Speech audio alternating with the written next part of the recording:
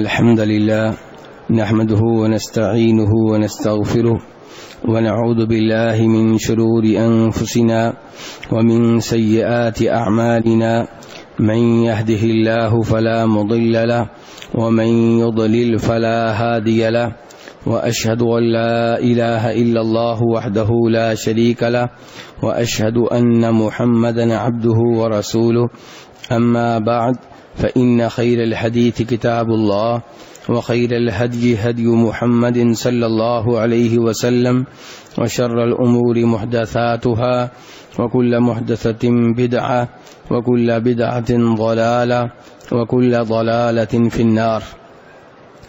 ہر قسم کی حمد و ثنا اللہ تبارک و تعالیٰ کے لیے اور بے شمار درود و سلام ہوں جناب نبی اکرم صلی اللہ علیہ وسلم کی ذات اقدس پہ۔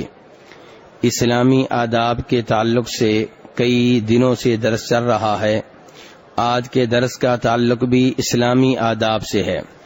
چنانچہ کتاب کے مؤلف کہتے ہیں والاقارب والجیران والکبار والصغار، کہ ایک مسلمان کو چاہیے کہ ان اسلامی آداب کو اپنائے جن کا تعلق رشتہ داروں سے ہے، اور جن آداب کا تعلق پڑوسیوں سے ہے، اور جن آداب کا تعلق بڑی عمر کے لوگوں سے ہے، اور جن آداب کا تعلق چھوٹی عمر کے بچوں سے ہے۔ تو سب سے پہلے آج کے درس میں رشتہ داروں کے تعلق سے گفتگو ہو رہی ہے۔ رشتہ داری نبھانا یہ اسلامی آداب میں سے ایک ہے۔ امام بخاری اور مسلم روایت کرتے ہیں جناب ابو ایوب انصاری رضی اللہ تعالیٰ عنہ سے کہ نبی علیہ الصلوۃ والسلام ایک بار حالت سفر میں تھے، اپنی اونٹنی پہ بیٹھے ہوئے تھے، ایک دیہاتی آیا، ایک بدو آیا اور اس نے آپ کی اونٹنی کی لگام پکڑ لی اور آپ سے ایک سوال کرنے لگا۔ سوال کیا ہے؟ سوال یہ تھا کہ اللہ کے رسول علیہ الصلوۃ والسلام مجھے وہ اعمال بتائیے جو اعمال مجھے جنت میں داخل کر دیں، مجھے جنت کے قریب کر دیں اور جہنم کی آگ سے مجھے دور کر دیں۔ کیسا سوال ہے؟ فکر کس چیز کی ہے؟ جنت کی اور جہنم کی، کہ جہنم سے بچ جاؤں اور جنت میں داخلہ مل جائے، اس چیز کی فکر ہے۔ تو اب یہ آدمی جو پوچھ رہے ہیں مجھے ایسے اعمال بتائیں جو جنت کے قریب کر دیں، جہنم سے دور کر دیں، جب یہ اعمال کریں گے تو ان کی سوچ کیا ہوگی کہ اس عمل کے ذریعے میں کیا چاہتا ہوں؟ جنت میں پہنچ جاؤں اور جہنم کی آگ سے بچ جاؤں۔ یہ الفاظ میں کیوں واضح کر رہا ہوں، ذرا آپ کی توجہ چاہتا ہوں۔ کئی صوفی قسم کے لوگ یہ پروپگنڈا کرتے رہتے ہیں کہ عبادت کا مقصد جنت جانا نہیں ہونا چاہیے، عبادت کا مقصد جہنم کی آگ سے بچنا نہیں ہونا چاہیے، عبادت کا مقصد صرف اللہ کی رضا ہونی چاہیے۔ جبکہ یہ گفتگو جو بظاہر بڑی اچھی لگتی ہے، یہ قرآن کے بھی خلاف، انبیاء کرام علیہم الصلوۃ والسلام کے عمل کے خلاف اور نبی علیہ الصلوۃ والسلام کی صحیح احادیث کے خلاف ہے۔ جنت میں جانے کے لیے عمل کرنا یہ اللہ کے لیے عمل ہے، کیونکہ خود اللہ تعالیٰ نے قرآن پاک میں کہا ہے کہ ایسے اعمال کرو جو تمہیں جنت میں داخل کر سکیں، جہنم کی آگ سے بچ جاؤ۔ تو اللہ رب العزت خود ہی جنت میں جانے کی ترغیب دیتے ہیں اور جہنم کی آگ سے بچنے کے بارے میں وارننگ دیتے ہیں۔ اور جنت کی نعمتوں میں سے سب سے بڑی نعمت کیا ہے؟ کوئی صاحب جانتے ہیں؟ اللہ کے چہرے کا دیدار۔ تو جنت کے لیے عمل اللہ کو دیکھنے کے لیے عمل ہے۔ جنت کوئی صرف درختوں کا نام نہیں ہے، صرف نہروں کا نام نہیں ہے، صرف محلات کا نام نہیں ہے۔ جنت نعمتیں ہی نعمتیں ہیں، اور سب سے بڑی نعمت اللہ کے چہرے کا دیدار ہے۔ تو جنت کے لیے عمل بالکل صحیح عمل ہے، جہنم کی آگ سے بچنے کے لیے عمل بالکل صحیح عمل ہے، کیونکہ جہنم کی آگ سے بچنا اس کا کیا مطلب ہے؟ اللہ کے غصے سے بچنا، اللہ کی ناراضگی سے بچنا۔ یہاں بھی مقصود اللہ ہی ہے۔ اللہ رب العزت سورہ انبیاء میں فرماتے ہیں اپنے چند انبیاء کرام علیہم الصلوۃ والسلام کا تذکرہ کرنے کے بعد کہ وَيَدْعُونَنَا رَغَبًا وَرَهَبًا، کہ ہمارے یہ نبی ہمیں پکارتے تھے، ہم سے دعائیں کرتے تھے، ہماری عبادت کرتے تھے. کیوں؟ رغباً، رغبت رکھتے ہوئے. رغبت کیا ہوتی تھی؟ کہ اللہ کی رضا مل جائے. رغبت کیا ہوتی تھی؟ عبادت کرتے ہوئے اللہ کی جنت مل جائے. رغبت کیا ہوتی تھی؟ اللہ کی عبادت کرتے ہوئے اللہ کی نعمتیں مل جائیں. یدعوننا رغبا ورہبا، اور ہماری عبادت کرتے تھے ہم سے ڈرتے ہوئے، ہمارے غصے سے ڈرتے ہوئے، ہمارے عذاب سے ڈرتے ہوئے، ہماری جہنم سے ڈرتے ہوئے. تو یہاں پہ یہ اعرابی صحابی نبی علیہ الصلوۃ والسلام سے سوال کر رہے ہیں کہ ہمیں ایسے اعمال بتائیں جن کی وجہ سے میں جنت میں جا سکوں اور جہنم کی آگ سے بچ سکوں. اور یہ صحابہ کرام اللہ کے ولی شمار ہوتے ہیں، یہ اولیاء کی عبادت ہے. تو یہ جو پروپگنڈا کیا جاتا ہے جس کی طرف میں نے اشارہ کیا ہے، یہ قرآن و حدیث کے بالکل خلاف ہے. نبی علیہ الصلوۃ والسلام نے کیا جواب دیا؟ آپ نے کہا تعبد اللہ ولا تشرکوا بہ شیئا، ایسے اعمال کرنا چاہتے ہو جن کی وجہ سے جہنم کی آگ سے بچ جاؤ اور جنت کے قریب ہو جاؤ تو اللہ کی عبادت کیا کرو. تو اللہ کی عبادت کیوں ہوگی؟ بولیے، جنت میں جانے کے لیے اور جہنم کی آگ سے بچنے کے لیے. تو تعبد اللہ، اس میں کوئی شک و شبہ نہیں ہے کہ عبادت کرتے ہوئے ایک تو اللہ کی محبت ہو، آپ اللہ کی محبت میں عبادت کر رہے ہیں، اور ایک اللہ کی عظمت کے پیش نظر ساتھ ساتھ جنت کا شوق ہے اور جہنم کی آگ سے بچنا چاہتے ہیں. تو تعبد اللہ، اللہ کی عبادت کریں، ولا تشرکوا بہ شیئا، اور اللہ کے ساتھ کسی بھی چیز کو شریک نہیں ٹھہرانا. دعا عبادت ہے کہ نہیں میرے بھائیوں؟ پکی بات ہے. جی ہاں، نبی علیہ الصلوۃ والسلام نے فرمایا ہے، ابو داؤد، ترمذی، نسائی، ابن ماجہ کی روایات ہیں جن سے پتہ چلتا ہے کہ دعا عبادت ہے، بلکہ بہترین عبادت ہے. اب اگر ایک آدمی اللہ سے دعا کرنے کی بجائے قبر والے کو غیبی طاقتوں کا مالک سمجھ کر پکارتا ہے، اس سے دعائیں کرتا ہے، تو یہ شرک ہے. افسوس یہ ہے کہ آج کلمہ پڑھنے والا مسلمان شرک بھی کرتا ہے اور یہ بھی کہتا ہے کہ میں شرک نہیں کرتا. یا رسول اللہ مدد کے نعرے لگائے گا، یا علی مدد کے نعرے لگائے گا. شیخ عبد القادر جیلانی رحمہ اللہ کو غیبی طاقتوں کا مالک سمجھ کر لاہور سے بیٹھ کر پکارے گا اور پھر بھی کہے گا میں شرک نہیں کرتا. جب یہ کہا جائے اللہ کو پکارو، کہے گا نہیں، اللہ ہماری نہیں سنتا، وسیلے کی ضرورت ہے، سیڑھی کی ضرورت ہے، درمیان میں کوئی واسطہ ہونا چاہیے، کوئی وسیلہ ہونا چاہیے، اللہ ڈائریکٹ ہماری نہیں سنتا. اور جب شیخ عبد القادر جیلانی رحمہ اللہ کو پکارنا ہوتا ہے، جو فوت ہو چکے ہیں، زندہ نہیں ہیں، قبر کی مٹی کے نیچے ہیں، اور لاہور اور بغداد کے مابین ہزاروں میل کا فاصلہ ہے، تب لاہور سے بیٹھ کر پکارے گا. اب نہیں سوچے گا کہ درمیان میں کوئی لاہور بغداد کے درمیان کوئی وسیلہ ہونا چاہیے، کوئی سیڑھی ہونی چاہیے. نہیں، فوت شدہ کو پکارنے کے لیے کسی سیڑھی کی ضرورت نہیں، اور اللہ جو زندہ ہے اسے پکارنے کے لیے جی سیڑھیوں کی ضرورت ہے. انا للہ و انا الیہ، کتنا عجیب و غریب عقیدہ ہے. تو اس لیے میرے بھائیوں، اللہ کے ساتھ کبھی بھی کسی چیز کو شریک نہیں کرنا، نہ کسی فرشتے کو، نہ کسی نبی کو، نہ کسی جن کو، نہ کسی ولی کو، نہ کسی شہید کو، نہ کسی درخت کو، نہ کسی پتھر کو، نہ کسی گائے کو، نہ کسی بندر کو، نہ کسی مورتی کو. اللہ وحدہ لا شریک ہے، عبادت میں اس کے ساتھ کسی کو شریک نہیں کیا جائے گا. وَتُقِيمُ الصَّلَاةَ، آپ وہ اعمال بتا رہے ہیں جن کی وجہ سے انسان جنت میں جائے گا اور جہنم کی آگ سے بچ جائے گا. فرمایا دوسرا عمل کیا ہے؟ نماز قائم کرنا. دوسرا عمل کیا ہے؟ نماز قائم کرو. تیسرے نمبر پہ وہ تو زکات ادا کرو. چوتھے نمبر پہ وَتَصِلُ الرَّحِمَ، صلہ رحمی کرو، رشتہ داروں کے ساتھ تعلقات بناؤ، رشتہ داروں کو ہدیہ دو، گفٹ دو، ان سے سلام دعا رکھو، ان سے محبت پیدا کرو، ان کی زیادتیوں کو نظر انداز کرو. یہ وہ اعمال ہیں جن کی وجہ سے آپ جنت میں جائیں گے اور جہنم کی آگ سے بچ جائیں گے. اور ہمارا آج کا موضوع یہ آخری چیز ہے. کیا؟ صلہ رحمی، رشتہ داروں سے تعلقات قائم کرنا. تعلقات توڑنے سے بچنا، یہ آج کا موضوع ہے۔ نبی علیہ الصلوۃ والسلام کی احادیث پہ اگر غور کیا جائے تو آپ کو یہ بھی معلوم ہوگا کہ جو رشتہ داروں سے تعلقات قائم کرے گا اس کا اللہ سے تعلق مضبوط ہو جائے گا۔ جو اللہ کی وجہ سے رشتہ داروں سے تعلق قائم کرے گا اس کا تعلق اللہ سے مضبوط ہو جائے گا۔ چنانچہ امام بخاری رحمہ اللہ روایت کرتے ہیں کہ جب اللہ تعالیٰ نے اپنی مخلوقات کو پیدا کیا تو رحم کھڑا ہو گیا، رشتہ داری کھڑی ہو گئی۔ رحم جو ہے، رشتہ داری، یہ کھڑی ہو گئی۔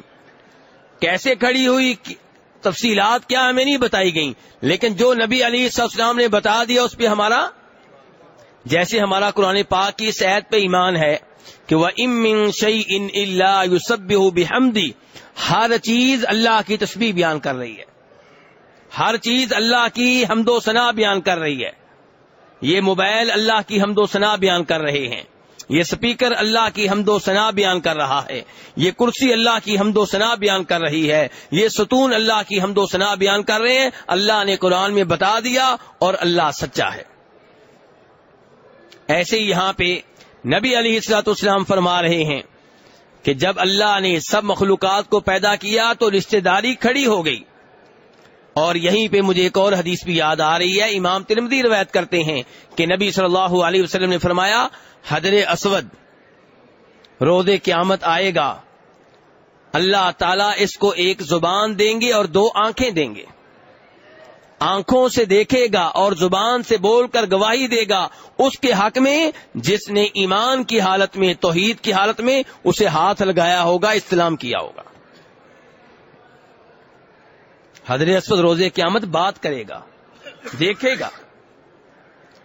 تو یہاں پہ جب یہ کہا جا رہا ہے کہ رشتہ داری کھڑی ہو گئی تو کوئی بات عجیب و غریب، اللہ تعالیٰ کے لیے ہر چیز ممکن ہے، ہر چیز اللہ کی قدرت میں ہے۔ اللہ جسے چاہے قوت گویائی دے۔ اگر ہمیں اللہ نے قوت گویائی دی ہے، بولنے کی طاقت دی ہے، ہم حیران نہیں ہوتے، اور رشتہ داری کی بات آ گئی کہ وہ بولی تو ہم کیوں حیران ہوتے ہیں؟ ذرا پوچھیے اپنے آپ سے، میری آواز کہاں سے نکل رہی ہے؟ کیا کوئی بٹن ہے؟ کوئی سپیکر لگا ہوا ہے؟ یہ بھی تو اللہ کی قدرت ہے نا، اس کے اوپر ہم حیران نہیں ہوتے۔ اور جب نبی علیہ السلام یہ کہیں کہ رشتہ داری کھڑی ہو گئی اور اس نے بات کی تو پھر اس پہ بھی حیران ہونے کی ضرورت نہیں ہے۔ رشتہ داری نے کھڑے ہو کے کیا کہا؟ اللہ تعالیٰ سے کہا ہذا مقام العائذ بک من قطیعۃ الرحم۔ رشتہ داری کھڑی ہو گئی کہ یا اللہ میں تیری پناہ میں آنا چاہتی ہوں رشتہ داری توڑنے سے بچتے ہوئے۔ لوگ رشتہ داریاں توڑیں گے، لوگ جو ہیں رشتہ داری کی پرواہ نہیں کریں گے، اسے ختم کر دیں گے، اس چیز سے بچتے ہوئے میں تیری پناہ میں آنا چاہتی ہوں۔ تو اللہ تعالیٰ نے کہا الا ترضین ان اصل من وصلک واقطع من قطعک، کیا تم اس بات پہ راضی نہیں ہو، تمہارے لیے اتنا کافی نہیں ہے کہ جو تجھے جوڑے گا اس کا تعلق میں اپنے ساتھ مضبوط بنا دوں گا، اور جو تجھے توڑے گا اس کا تعلق اپنے ساتھ میں توڑ دوں گا۔ تو جو رشتہ داروں سے تعلقات بناتا ہے اللہ کی خاطر، اللہ کے لیے، اللہ تبارک و تعالیٰ اس کا تعلق اپنے ساتھ مضبوط کر دیتے ہیں، اور جو رشتہ داروں سے تعلق توڑتا ہے تو اللہ رب العزت اس کا تعلق اپنے ساتھ جو تعلق ہے وہ کمزور کر دیتے ہیں۔ تو اس لیے میرے بھائیو، رشتہ داروں کے معاملے میں قرآن و حدیث کی ان تعلیمات کو پیش نظر رکھنا چاہیے۔ امام بخاری اور ابو داؤد ایک اور حدیث میں روایت کرتے ہیں کہ نبی صلی اللہ علیہ وسلم نے فرمایا کہ جو چاہتا ہے کہ اس کے رزق میں کشادگی ہو، اس کا رزق بڑھے، جو چاہتا ہے کہ اس کی عمر میں برکت ہو، وہ اپنے رشتہ داروں سے تعلقات قائم کرے، اپنے رشتہ داروں سے تعلقات بنائے، اپنے رشتہ داروں سے اچھا سلوک کرے۔ تو اس لیے میرے بھائیو، رشتہ داروں کے ساتھ تعلق قائم کیجئے۔ کئی بھائی شکایت کرتے ہیں کہ ہمارے رشتہ دار بہت برے ہیں، ہمارے رشتہ دار ہر کوئی یہ کہتا ہے کہ ہمارے رشتے دار کیا ہیں؟ بہت برے ہیں، میں اچھا ہوں. وہ برے ہیں لیکن میں کیا ہوں؟ اچھا ہوں. نبی علیہ الصلوۃ والسلام کے پاس ایک صحابی آئے، کہنے لگے اللہ کے رسول صلی اللہ علیہ وسلم میرے رشتے دار ہیں، میں ان سے تعلقات قائم کرتا ہوں، وہ توڑتے ہیں، میں برداشت کرتا ہوں، وہ زیادتیاں کرتے ہیں، وہ میرے ساتھ بدتمیزی کرتے ہیں، برا سلوک کرتے ہیں، میں صبر کرتا ہوں. تو نبی علیہ الصلوۃ والسلام نے فرمایا اگر تم اپنے دعوے میں سچے ہو تو اللہ تبارک و تعالیٰ کی طرف سے مدد کرنے والا ایک ایسا ہے جو تمہارے ساتھ رہے گا، تمہاری مدد کرتا رہے گا، اور تم یہ عمل کر کے ان کے منہ میں راکھ ڈال رہے ہو. تو آپ نے اس آدمی کی حوصلہ افزائی کی کہ آپ نے اسی عمل پہ کاربند رہو، رشتہ داروں کی زیادتیوں پہ صبر کرتے رہو، تم ان سے تعلقات بناتے رہو، اللہ سے اجر و ثواب کی امید رکھو، اور اللہ رب العزت تمہارے اوپر اپنی مدد نازل کرتا رہے گا.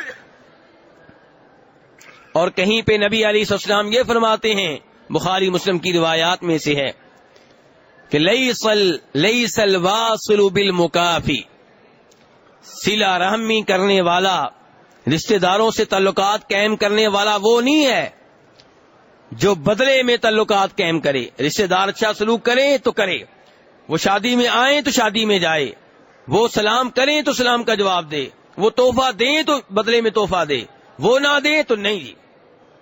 فرمایا یہ نہیں ہے صلہ رحمی کرنے والا. جن کے بارے میں فضائل آئے ہیں کہ صلہ رحمی کی وجہ سے جنت میں جائیں گے، جہنم کی آگ سے بچ جائیں گے، فرمایا یہ وہ نہیں ہے.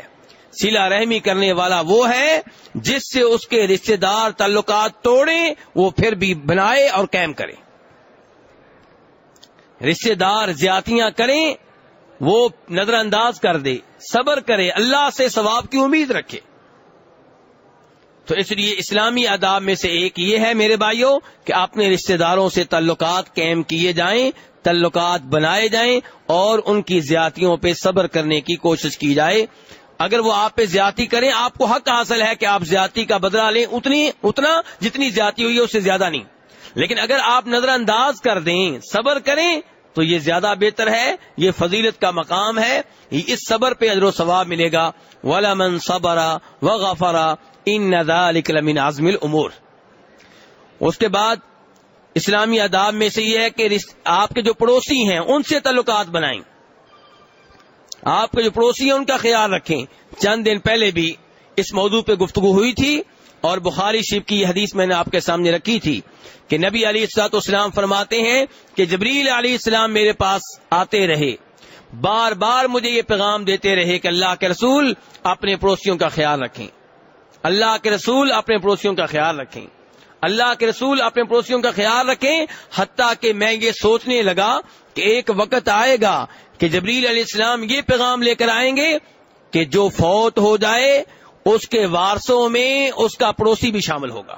ایسا ہوا نہیں ہے، لیکن جس قدر تاکید کے ساتھ، جس طرح بار بار آپ کو پڑوسیوں کے حقوق کا خیال رکھنے کی تاکید کی گئی، آپ یہ سوچنے لگے کہ ایک وقت آئے گا کہ پڑوسی کو یہ حق مل جائے گا کہ وہ اپنے پڑوسی کے مرنے کے بعد اس کے وارثوں میں شامل ہوگا.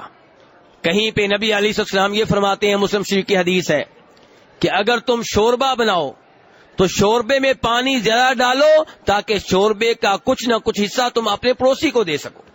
تو آپ ماشاءاللہ ابھی کھجوریں لے کر جا رہے ہیں، زمزم لے کر جا رہے ہیں، اس میں آپ کے پڑوسیوں کا حصہ ہے کہ نہیں ہے؟ اس میں پڑوسیوں کا حصہ ہے، پڑوسیوں کا خیال رکھنا ہے. اور اگر آپ حج کے سفر کے بعد کوئی دعوت گھر میں رکھتے ہیں تو جہاں رشتہ داروں کو بلائیں، دوست احباب کو بلائیں، اپنے پڑوسیوں کو بھی دعوت دیں. یہ ہمیں اسلامی تعلیمات سے معلوم ہو رہا ہے، یہ اسلامی آداب میں سے ہے، اور اس سے محبت و الفت بڑھتی ہے، اس سے نفرتیں ختم ہوتی ہیں. اور یہی اسلام تقاضا کرتا ہے کہ مسلمان آپس میں ایک ہوں، پیار و محبت کرنے والے ہوں، اور ان کے دلوں میں دوسرے مسلمان بھائی کے لیے نفرت، بغض اور عداوت اور کینہ نہ ہو. اس کے بعد جو بڑی عمر کے لوگ ہیں اور جو چھوٹے بچے ہیں، اسلام نے ان کے لیے بھی آداب بتائے ہیں کہ ان کی عزت کی جائے. بڑوں کی عزت کی جائے، ان کا اکرام کیا جائے، ان کی تکریم کی جائے، اور جو چھوٹی عمر کے بچے ہیں ان پہ شفقت کی جائے. یہ بھی اسلامی آداب میں سے ہے.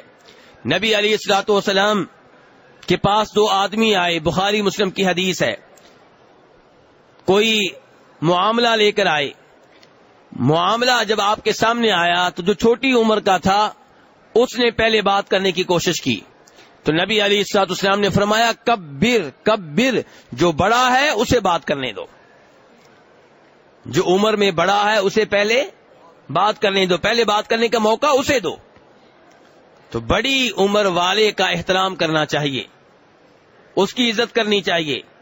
بلکہ نبی علیہ الصلوۃ والسلام فرماتے ہیں ان من اجلال اللہ اکرام ذی الشیبۃ المسلم وحامل القرآن، کہ جو بوڑھا ہے اور مسلمان ہے اس کی عزت کرنا یہ اللہ تبارک و تعالیٰ کی تعظیم میں سے ہے.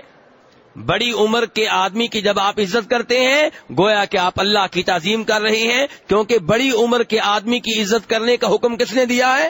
اللہ نے. تو جو عمر میں بڑا ہے، جس کی داڑھی سفید ہو چکی ہے اور مسلمان ہے، توحید پہ ہے، اس کی عزت کرنا یہ اللہ تبارک و تعالیٰ کی تعظیم کا حصہ ہے. اور فرمایا جو حافظ قرآن ہے، جو کیا ہے؟ حافظ قرآن، صاحب قرآن، قرآن کا مفسر، قرآن کا حافظ، قرآن کا قاری، جو قرآن کے معاملے میں کوتاہی نہ کرے، حد سے تجاوز نہ کرے، اس کی عزت کرنا بھی اللہ کی تعظیم میں سے ہے. تیسرے نمبر پہ فرمایا جو مسلمان حکمران ہے، عدل و انصاف سے کام لیتا ہے. کیا کرتا ہے؟ عدل و انصاف سے کام لیتا ہے، اس کی عزت کرنا بھی اللہ کی تعظیم کا حصہ ہے. تو اس حدیث میں کتنے لوگوں کا تذکرہ ہوا ہے؟ جی 3 لوگوں کا. نمبر 1 کون ہے؟ جو بڑی عمر کا آدمی ہے، اس کا خیال رکھا جائے، اس کا احترام کیا جائے.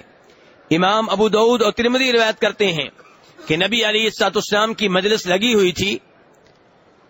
ایک بڑی عمر کے صاحب آئے اور وہ کھڑے ہو گئے. ان کو جگہ نہیں مل رہی تھی کہ نبی علیہ الصلوۃ والسلام کے قریب میں ہو کر بیٹھ سکیں، اور لوگوں نے بھی اس بڑی عمر کے آدمی کو جگہ دینے کی کوشش نہیں کی، بلکہ اس معاملے میں تاخیر کی.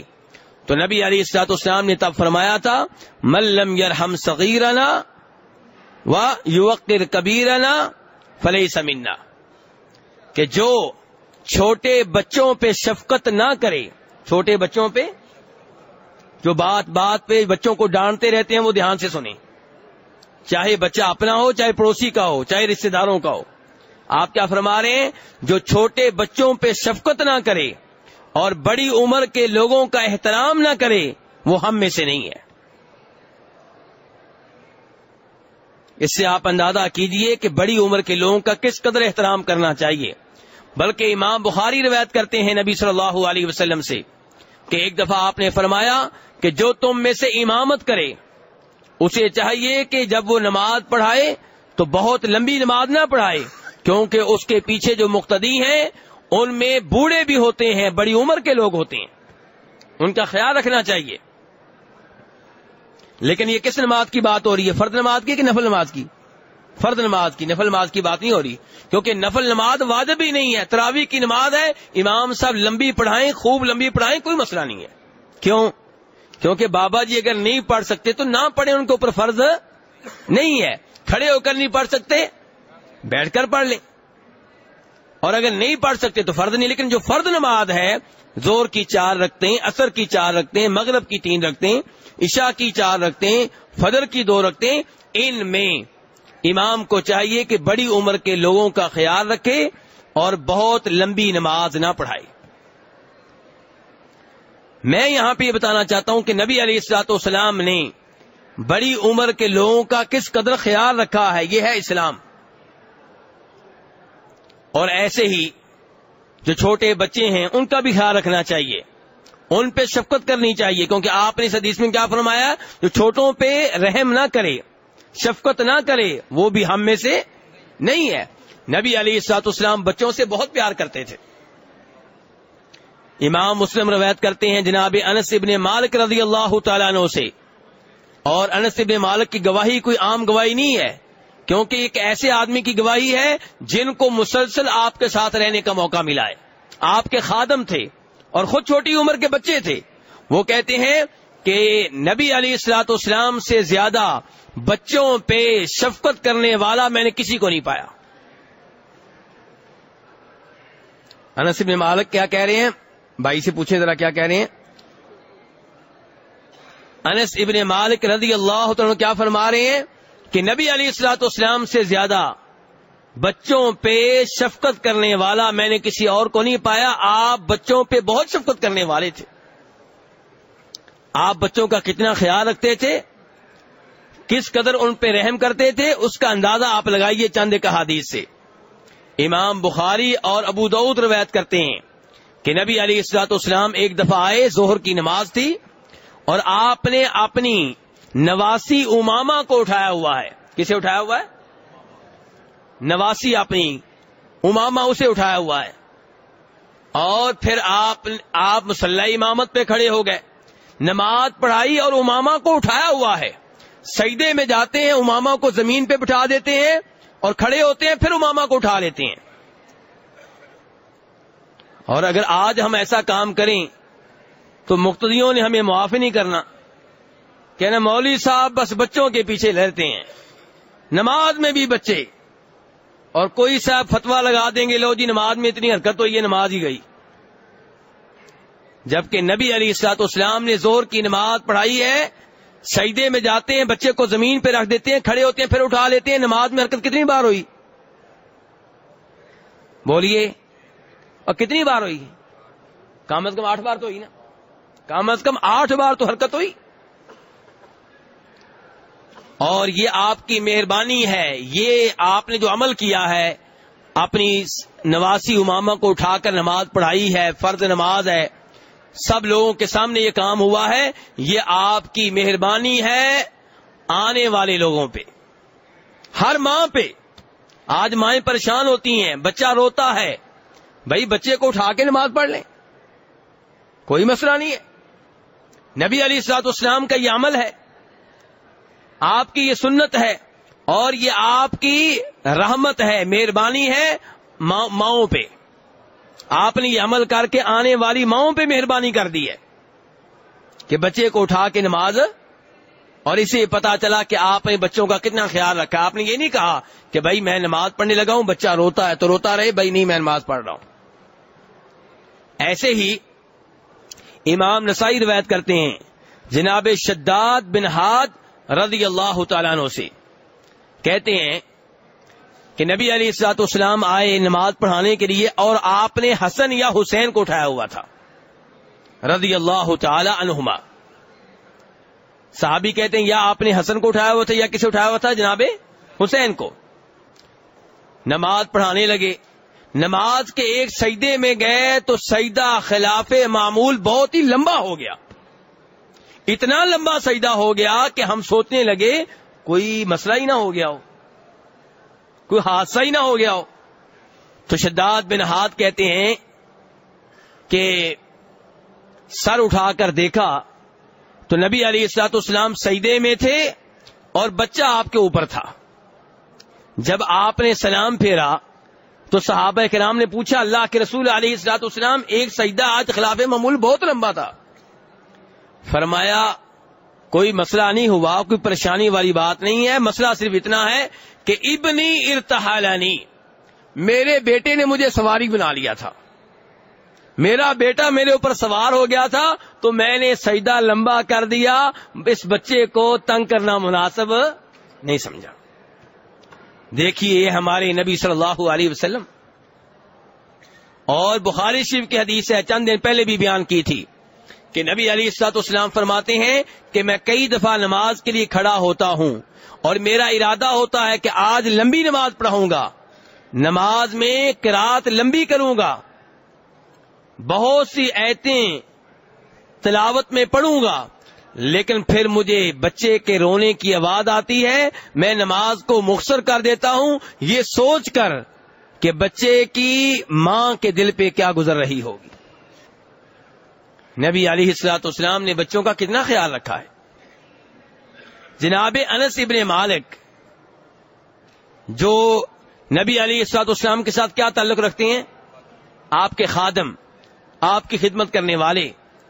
ان کا ایک بھائی تھا، سوتیلا بھائی تھا.